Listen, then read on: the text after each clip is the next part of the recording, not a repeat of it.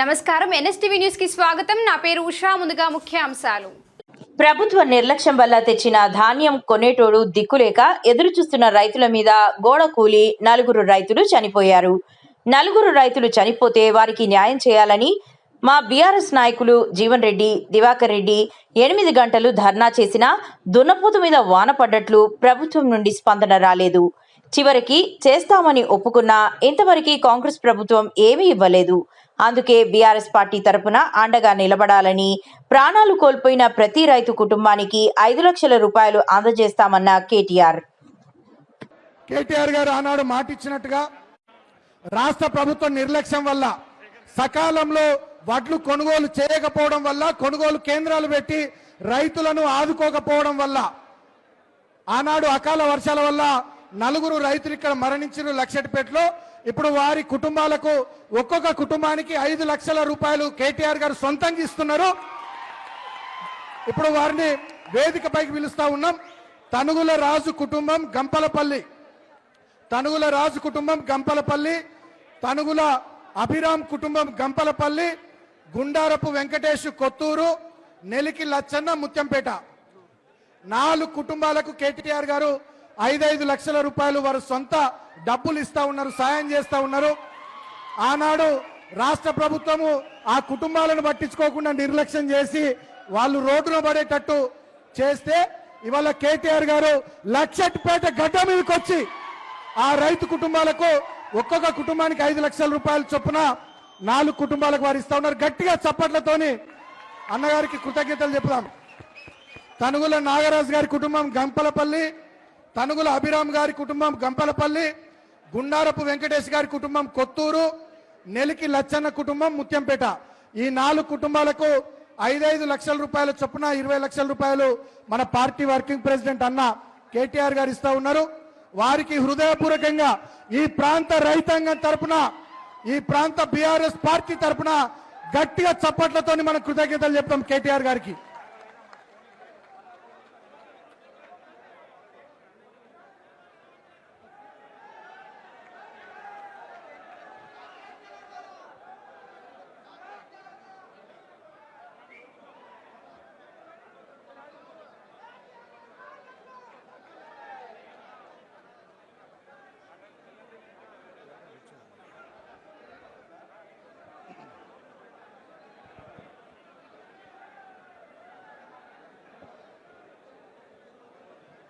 ఇవాళ తెలంగాణలో రాక్షస రాజ్యాన్ని నడుపుతున్న రేవంత్ రెడ్డి కన్నెపల్లి పంపులు ఆను చేయకుండా, కాళేశ్వరంలో నీళ్లు ఎత్తిపోయకుండా రాష్ట్ర రైతాంగాన్ని తిప్పల పాలు చేస్తూ ఇక్కట్లు పెడుతుంటే, వడ్లు కొనకుండా, విత్తనాలు ఇవ్వకుండా, యూరియా ఇవ్వకుండా, నీళ్లు ఇవ్వకుండా, కరెంట్ ఇవ్వకుండా రాష్ట్ర రైతాంగాన్ని ఇబ్బంది పెడతా ఉంటే, ఇవాళ మన కేసీఆర్ గారి నాయకత్వంలో మన పార్టీ వర్కింగ్ ప్రెసిడెంట్ కేటీఆర్ అన్న ఆ రైతులకు అండగా ఇక్కడికి వచ్చిండు. గట్టిగా అన్నగారికి చప్పట్లతోని మరొకసారి కృతజ్ఞతలు చెప్తూ, ప్రభుత్వ నిర్లక్ష్యం వల్ల తెచ్చిన ధాన్యాన్ని 30 రోజులు 60 రోజులు కొనేటోడు దిక్కులేడు, సంచులిచ్చేటోడు దిక్కులేడు. ఈ దిక్కు దివానం లేని ప్రభుత్వంలో అన్నదాతకు మరి దిక్కులేని పరిస్థితి వస్తే ఆ పంటను కాపాడుకునే ప్రయత్నంలో ఆ కొనుగోలు కేంద్రం దగ్గరే కాపుగా చిన్నప్పుడు గోడ కూలింది. గోడ కూలితే 4 రైతులు చనిపోవడం జరిగింది. 4 రైతులు చనిపోతే ప్రధాన ప్రతిపక్ష నాయకులు, ప్రధాన ప్రతిపక్ష పార్టీకి సంబంధించిన బీఆర్ఎస్ పార్టీకి సంబంధించిన నాయకత్వం, మాజీ ఎమ్మెల్యే మా దివాకర్ రావు గారు, మా జీవన్ రెడ్డి గారు, మాజీ మంత్రి గారు 8 గంటలు ధర్నా చేసినా దున్నపోతు మీద వానబడ్డట్టు ప్రభుత్వం నుంచి స్పందన రాలే.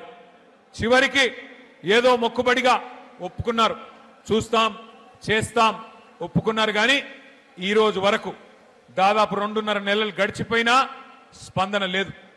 కనీసం మానవత్వం అనే ఒక ఆలోచన కూడా లేదు.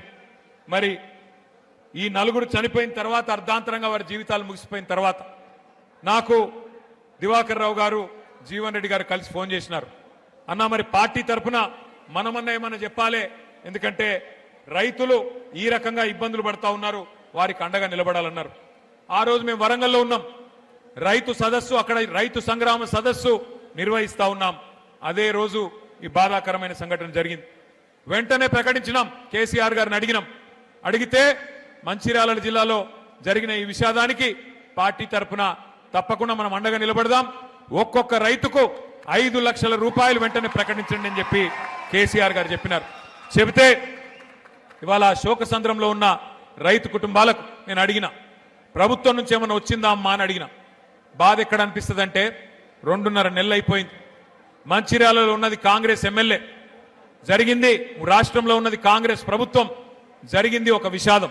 ఇప్పుడే రాజకీయ పరమైన హడావుడి లేదు, ఆర్భాటం లేదు, ఏ ఎన్నిక లేదు, కానీ ప్రభుత్వం నుంచి స్పందన లేదు.